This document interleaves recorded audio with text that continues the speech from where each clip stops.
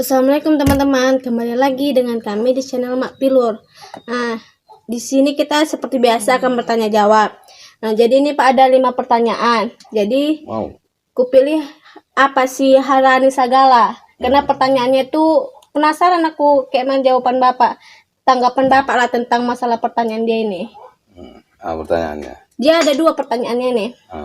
Jadi yang pertama, katanya Assalamualaikum dari Erwin Saputra. Mau nanya Bang, bagaimana caranya agar fokus mengenal diri yang sebenarnya diri.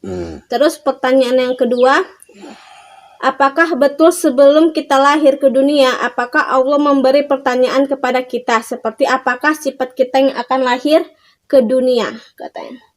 Ya sebenarnya gini, itu ya betul lah. Ya kan gini.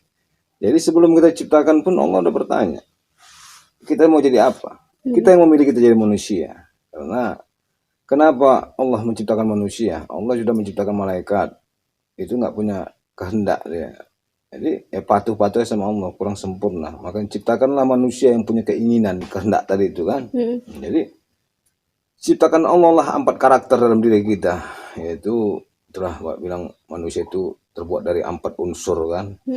Api, air, angin, tanah kan gitu kan. Jadi keempat karakter itu ciptakan sifat, itu sifat pada diri kita. Maka dalam Islam dia amarah, alwamah, supiyah, mukmainah kan gitu. Itu sifat monoton sama kita, maksudnya sifat utamanya. Jadi ada orang karakternya pemarah, itu lebih dominan keluar sifat amarah tadi itu api. Ada sifatnya serakah, misalnya kayak gini, kayak Pak jelaskan dari pembahasan sebelumnya itu kan.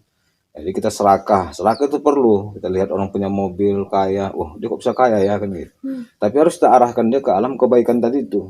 Nah, jadi motivasi sama kita supaya bisa kerja keras kan gitu, mengikuti cara dia gimana supaya sukses. Tapi kalau kita larikan dia ke alam setan tadi, amarah tadi, api. Nah, jadi kita selalu melihat orang itu jadi sifat iri, dengki kan gitu. Timbullah rasa kita ingin memilikinya itu dengan cara yang tidak wajar. Harus pandai kita mengontrol ini tadi, keempat sifat tadi ini. Karena itu perlu. Itulah kesempurnaan manusia diciptakan Allah tadi itu. Itulah sifat yang diberikannya. Kita memilih kita sebagai manusia. Nah, tapi memori kita itu dihapus. Begitu lahir memori kita dihapus. Cuma semasa bayi kita itu karena kita masih istilahnya suci, murni, kita tahu begitu lahir kita menangis. Kan gitu kan? Nah, jadi makanya menangislah kita lahir karena kita tahu dunia ini begitu kejam. Makanya kasih Allah kita ujian. Kita mau menentukan itulah kesempurnaan manusia dibuat Allah. Kita menentukan mau kemana kita pilih jalan kita, mau ke neraka kah, mau ke surga kah, kita menentukan. Nah, itulah kehadiran Allah tadi itu. Kita yang memilihnya tadi. Ya, kepatuh segala perintahnya. Mudah-mudahan larangannya, mudah-mudahan kau surga. Kita menentukan apa enggak? Udah enak kita ini ya, tinggal menentukan. Cuma kita dikasih ujian dalam menghadapi kehidupan ini, kita kasih ujian. Nah, sama misalnya kayak kau sekolah, belajar, kasih tahu guru semua. Nah, kita kan kasih tahu Allah itu dengan kitab-kitab yang diturunkannya, terutama kitab suci Al-Quran. Itu kan peringati kita di situ kan. Cuma kita ingkar semua. Nah, jadi pertikaman dikasih tahu guru. Nah, tapi begitu ujian itu nggak boleh dibaca ya kan. Kan situlah kau istilahnya. Kok kau betul-betul tekun belajar, mudah-mudahan bisa kau jawab semua apa itu kan. Gak 100% pun bisa kau jawab, pasti setidaknya 80%, 70% kan gitu. Jadi ada belas dia gak bisa dijawabnya, karena kenapa? Dia gak mau belajar kan gitu. Nah, jadi dalam kehidupan itu begitu juga.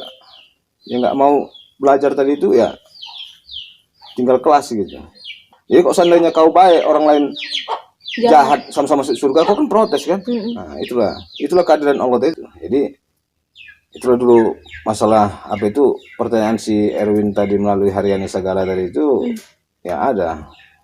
Nah, baru cara fokus katanya kan, melatih Mengenal diri yang sebenarnya. Iya, di diri kita ini bukan nggak banyak ciptaan Allah yang istilahnya yang berharga gitu kan. Contohnya kayak organ-organ tubuh kita ini, kalau kita mau membayarnya, kurasa nggak mampu kita sanggup membayarnya kan. Mata aja udah berapa? Ratusan juta. Ginjal udah berapa? Belum lagi jantung, belum lagi paru-paru, belum segala macam kan gitu kan. Nah, jadi semakin kita syukuri nikmat terhadap Allah itu, semakin besar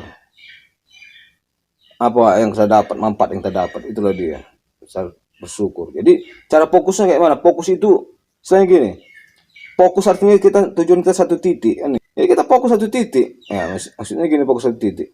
Kalau kita pas dunianya tadi bekerja, dunia jalankan perilaku dunia. Tapi kalau akhiratnya tadi, tinggalkan dunia. Kalau kita bawa dunia ini ke akhirat tadi, wah berat. Berat. Kalau kita memang menghadap Allah tadi, ya dunia tinggalkan. Jangan ada diingat lagi. Nah, jadi kayak si Erwin tadi, dia kan sudah belajar namanya ilmu kaji diri kan gitu kan.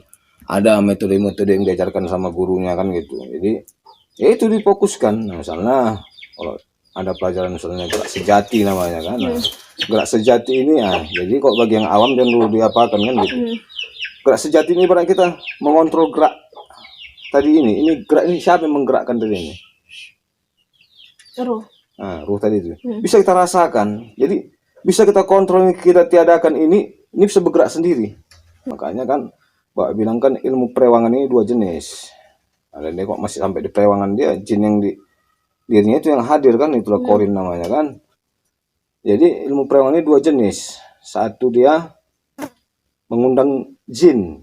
Makanya orang kemasukan tuas, dia melihat alam gaib itu dengan bantuan jin tadi itu kan gitu.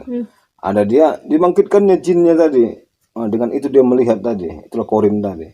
Nah, makanya itu belum sampai tahap sejati namanya. Jadi sejati tadi itu kita sudah mengenal tiupan Allah tadi itu. Jadi melalui itulah kita bisa namanya apa? Kita merasakan. Jadi udah kita rasakan itu fokus dia seperti berwujud kan gitu. Sebenarnya kalau kayak hantu segala macam itu, bilang itu nggak ada wujudnya. Itu sebentuk energi. Kita yang mewujudkannya itu bahwa itu misalnya pocong, misalnya kuntilanak. Kita mewujudkannya karena hantu-hantu di Indonesia kita kenal kuntilanak, gondoruo, apa. Jadi kok keluar negeri kita lain lagi, kuntilanak nggak ada. Yang ada Dracula.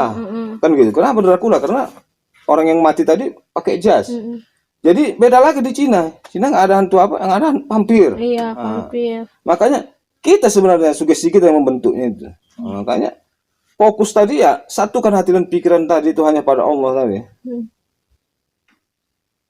Itu cara fokusnya. Cuma kalau bagi yang awam jangan dulu dipelajari gitu, karena Bang Erwin kan sudah belajar, dia ya mudah-mudahan bisa kan gitu.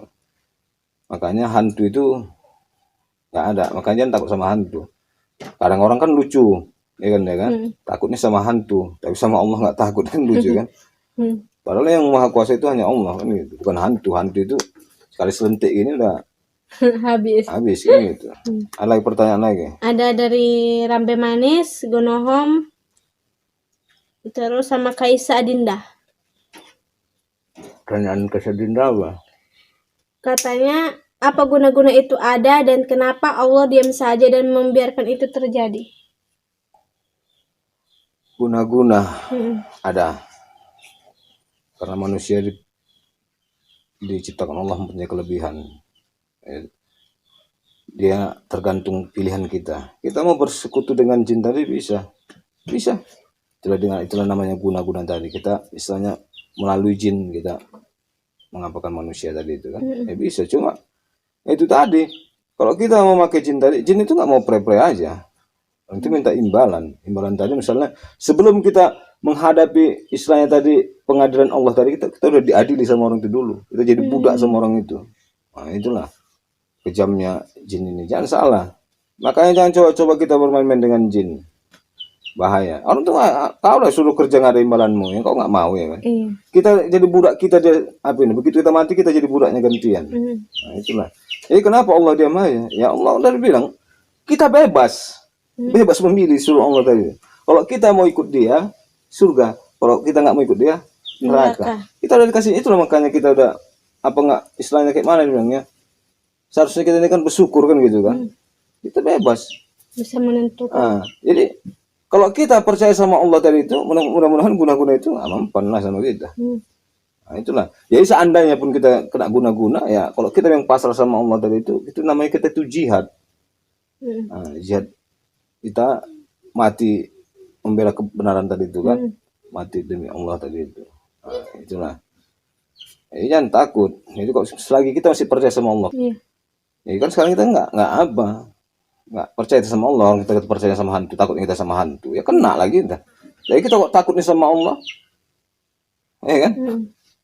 Percaya selalu. Ya, sekarang kan kebanyakan orang takut sama hantu, bukan takut sama Allah. Nah, itulah, ya guna-guna itu ada.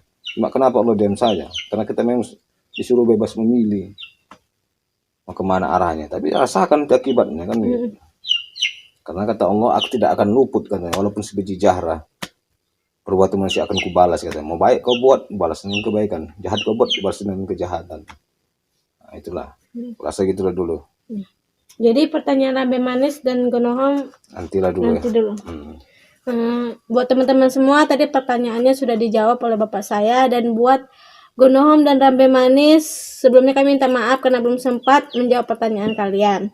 Jadi buat teman-teman semua yang sudah mensupport channel ini, terima kasih. Dan jangan lupa subscribe, like, share, dan komen di channel ini ya. Oke, assalamualaikum. Waalaikumsalam.